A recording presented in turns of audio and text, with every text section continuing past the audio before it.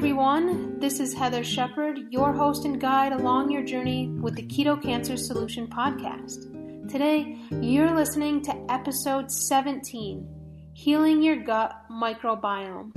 Today's episode is all about taking preliminary steps to healing your gut. Many people with cancer or with any chronic digestive disorder or other chronic condition tend to forget about the most important part of the healing process, and that is healing their gut. When it comes to cancer, those approaching it from a ketogenic dietary standard are onto something. They know that sugar feeds cancer cells. They know that carbs feed cancer. They know that a high-fat diet is very beneficial for approaching cancer. However, the most common thing I see with folks on a strict keto diet for cancer is that they miss other very big important pieces of the healing pie. Yes, eating a high-fat diet helps to heal cancer, but many people get caught up in counting macros and lose sight of other healing foods that are primary for the healing process. And this primary focus starts with the gut. So during the episode today, I'll talk about the first steps you need to do to start healing your gut. Many of these steps are overlooked and not considered on a gut healing program or when it comes to healing cancer. Yet when these areas aren't addressed, the entire biosystem suffers, immunity weakens, and the body begins to break itself down. Tissues have a hard time healing and recovering from illness and injury. So taking the correct steps to heal your gut is incredibly important to the healing process. Before we jump into the episode today, I have to give a disclaimer that the Keto Cancer Solution Podcast is not intended as medical advice in the Western medical sense or terms. All information shared on the Keto Cancer Solution Podcast is based on my background and extensive education in nutrition, classical Chinese medicine, shamanism, and ancient healing arts. This podcast is to be used for informational purposes only and is not intended to diagnose, treat, or cure any disease. So, welcome to the episode today. This is by far my favorite topic to teach about and to help people with because of its real potency to help rectify root causes of cancer and other chronic and acute conditions. When it comes to healing, nothing will be able to heal fully, properly, unless the gut is healed first. And often, healing the gut allows the entire body to heal and rectifies conditions that you may not have even thought were correlated to your gut health, such as anxiety, inability to gain weight, insomnia, fatigue, breast cancer, dementia, diabetes, acne, PCOS, and even asthma and allergies. The bugs that live in your body take up 90% of your real estate. The other 10%, well, that goes to your DNA. And many people have been told that cancer is a genetic disease, that there's not much you can do if your genetics are faulty. However, we now know all about epigenetics and how the foods we eat and the lifestyles we live are what cause our genes to express themselves in healthy or not so healthy ways. But where does your DNA receive its orders and commands from? How does your DNA know what to do? Well, those bugs, the ones taking up 90% of your real estate, well, they're the ones giving orders and direction to your DNA. So if you're deficient in healthy gut microbes, then your DNA isn't going to know what to do, and they're not going to perform their correct tasks. So let's start by talking about your gut microbiome and what causes it to be out of balance. Because if this ecosystem is out of balance, then your DNA isn't going to be functioning properly, nor are the other cells and systems and organs in your body. So how do you know if your microbiome is out of balance or not? Well, to give you a hint, everyone living in the Western culture needs significant help with their gut microbiome. And this is due to several things, including our modern diets rich in sugars, carbs, fruits, and starchy foods. It's due to our overuse of antibiotics and overprescribing antibiotics. It's due to taking those antibiotics or other pharmaceutical drugs or medications to treat infections such as E. coli, staph, MRSA, even disorders such as Lyme that often get prescribed antibiotics. While some may need antibiotics in these instances, the reason they do is because their gut microbiome is deficient in the first place. And the amount of time these antibiotics are prescribed are typically much longer than one needs and pushes the disorder further down into the body. So these things, however, they may save lives in a few cases, but more often than not, they're a Band-Aid approach that make matters much, much worse, especially for your gut and your immune system. When you take antibiotics and your symptoms go away, you're told to believe and think that the infection is gone. However, the antibiotics don't kill the pathogens entirely. And even if they do, they leave behind massive amounts of germ toxins due to die-off from the germs that our modern bodies typically don't have the capacity to mop up. Take Streptococcus, for example. Super common in kids who have a greater tendency to get strep throat. Ear infections can often include Streptococcus strains. And if your mom had group B strep when you were born, or if she had candida overgrowth or yeast or other gut pathogens, well, then you likely have an overgrowth of pathogenic strep or other infections in your body and in your gut. Don't worry, there's things you can do to remove this stuff from your body, even 20, 30, 40 years after you've taken the medications. So a really common practice after big doses and rounds of antibiotics is that many people will engage in taking large doses of probiotics to help rectify the damage caused by the antibiotics, because the antibiotics will go in and they'll destroy all of the beautiful beneficial strands that are left in there. Well, the antibiotics will wipe those out. So people are really well intentioned to go to the probiotics for rectifying this issue.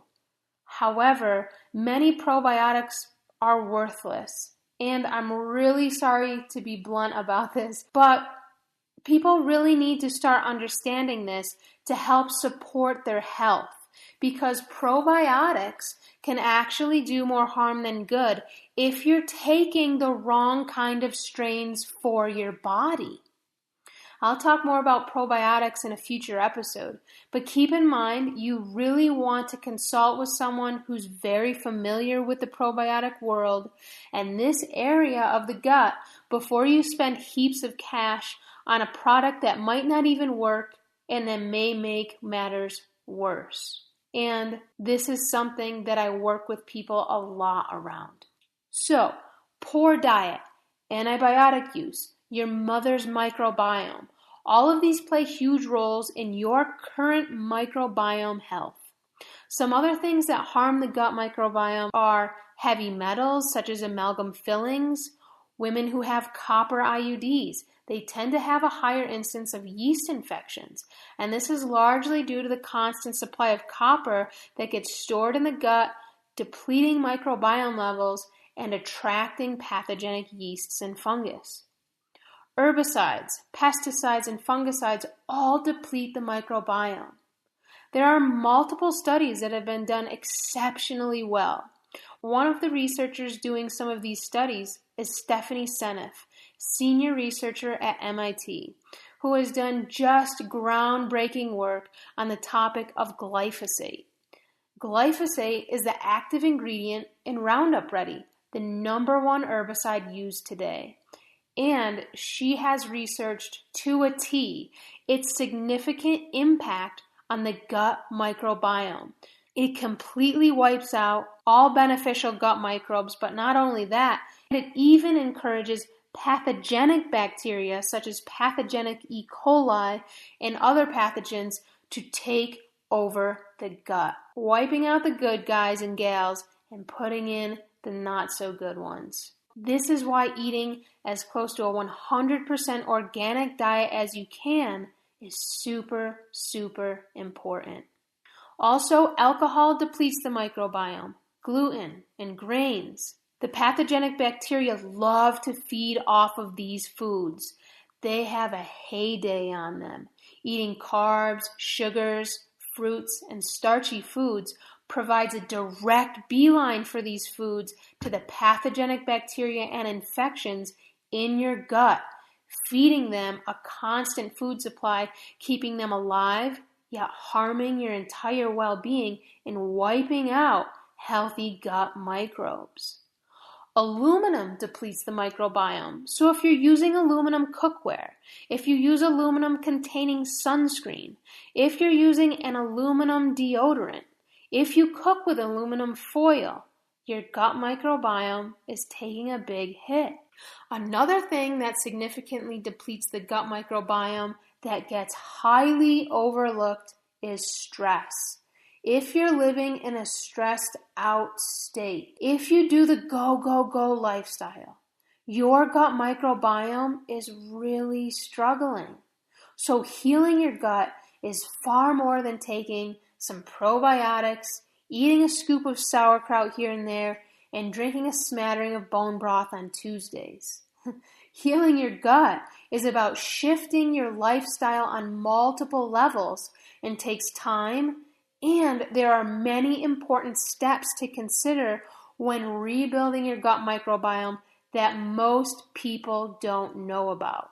One of the things that needs to be cleared up before you start healing your gut microbiome is all of those infections that I previously mentioned. They need to be cleared out of your gut. Any prescription drugs need to be cleared out of your gut. These infections, they create layers upon layers in your gut. They literally take up real estate because this is how they survive.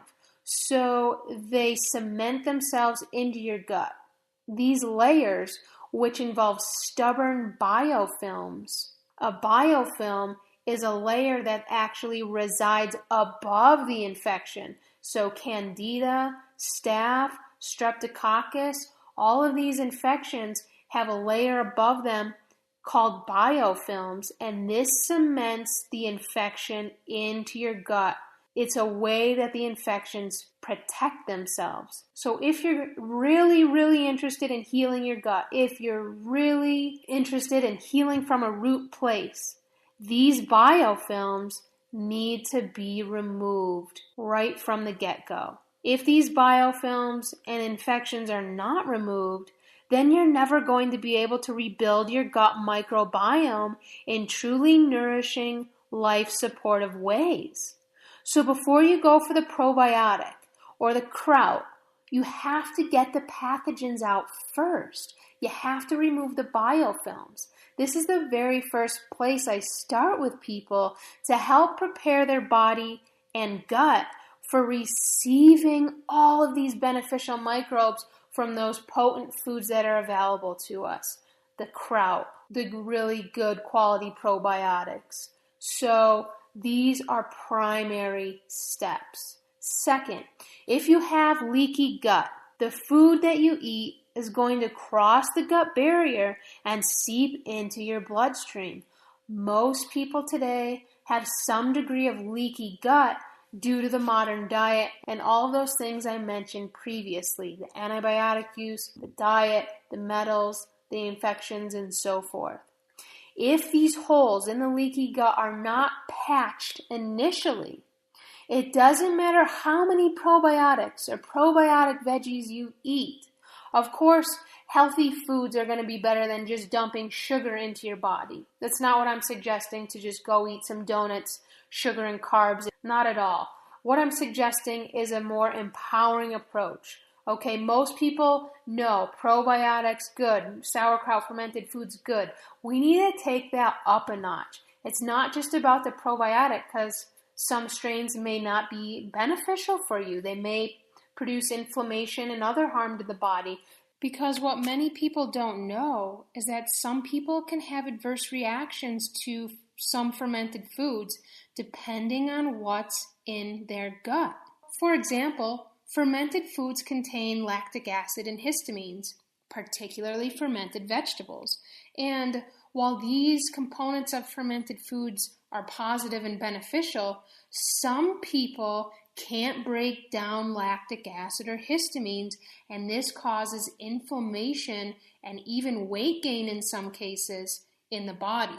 For example, there's a bacteria strain called L. grassi, and this is a super important strain to have for weight reduction and metabolism. And the individuals I work with who are really looking to lose weight, improve their metabolism, this is one of the gut microbes that I like to focus on. So if you have a compromised gut, however, and simply increase your intake of foods containing lactic acid, such as kraut and histamines, depending on what's in your gut, you could experience weight gain, inflammation, fatigue, brain fog, mental issues. So just eating fermented foods and probiotics, well, we need to take that up several notches and pay attention to how these foods are responding and reacting when we eat them. So I encourage people to really pay attention to how they feel minutes, seconds, hours, days after they eat certain fermented foods, because it will tell you a lot about what's going on in your gut and what strains are in balance or out of balance in your body. For example, we've been talking a bit about strep in this episode today, and streptococcus isn't always a negative, harmful bacteria. There are beneficial strains of streptococcus, and some of these beneficial strains are found in common fermented foods such as yogurt. So if you're somebody who has a history of strep, if you have had yeast infections, if you've had strep throats growing up as a kid, if you had recurring ear infections, you likely still have this infection in your body to some degree, and you have streptococcus germ toxins in your body to some degree. If you're one of the people who have large amounts of streptococcus in your body that are pathogenic streptococcus strains, when you eat yogurt, you will likely feel really bad. You may feel really heavy, fatigued, constipated, diarrhea. A lot of people attribute many fermented dairy products to dairy allergies when this can be the case, but we're not looking at these certain bacteria strains that are also playing a big role and part in how we feel after we eat certain foods. So, if you're someone who's had strep, most people have in our culture today, I invite you to pay attention to how you feel after you eat fermented foods that contain streptococcus strains in them. Also, a lot of people have lactobacillus overgrowth. This is largely because this has been the most prevalent bacteria available to us. We've taken a lot of these strains. The probiotics tend to have these as their main strain. Fermented foods that you buy in the store, they tend to have these as their main strains, and so we've overdone the lactobacillus. Things like kombucha, sauerkraut contain large amounts of lactobacillus. If you have a lactobacillus overgrowth and you eat these foods, you're not going to feel well. So don't just assume that the fermented foods you're eating are benefiting your body. Pay attention to your body. Pay attention to how you feel after you've eaten these foods. And when I work with people, the first thing we do is we test these strains so you know exactly the type of fermented foods to eat to avoid these inflammatory responses in your body. The gut microbiome needs to be brought back into balance with all of these other strains so you can decrease these inflammatory responses in your body And just because you now may have a lactobacillus overgrowth in your gut, for example, if you drink kombucha and you feel bloated or heavy afterwards, even the next day after, or you get constipated, this could be a sign that you have lactobacillus overgrowth. And eventually, once the other strands are brought into balance, then the issues with the overgrowth bacteria often diminish. And this is why it's so important to test before diving into the whole fermented food fad. So we need to dig a little bit deeper when it comes to healing the gut. So heal the biofilms, get the infections out, get the right tests to find out what kind of bacteria you're dealing with, what's in your body, what's in your gut. Repair and patch the leaky gut. Because, yes, part of a gut rebuilding program involves these fermented foods. But if your gut has leaks in it, it won't be able to hold and build upon its healthy gut flora strains and stores. They'll just be leaking out of your gut and into your bloodstream. So those are primary steps to take before you start adding probiotics and beneficial bacteria to your diet. I want to give you an example of what parasites do to the body, and if they aren't removed, how your gut microbiome will not be able to heal or build all the multiple strains and stores it needs of those beneficial gut microbes. So parasites, they're not just in people who travel to third world countries or abroad to Thailand or India. If you've traveled to these places, though, you likely have some degree of parasites. Let's take the folks living in Africa, for example. They're exposed to malaria almost on a daily basis. Malaria is a parasite, and most people who are bit by a mosquito carrying malaria are hospitalized and are administered very strong antibiotics and even pharmaceutical-grade shots right into their gluteus maximus to stop the symptoms. However, the malaria just doesn't disappear. It manifests into something else. Of course, it manifests into poor gut microbiome health, but also into symptoms such as depression, mental health issues, inability to gain weight, and so forth. And it's really important to note that you can get parasites just by living in your own country. Most people have some degree of parasites, but some have much higher levels than others.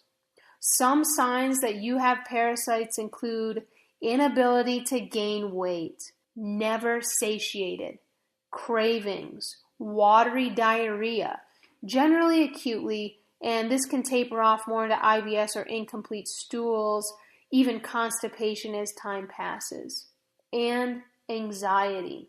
In fact, chronic and or intense anxiety or constant feeling of anxiety can be a big red flag pointing to parasites.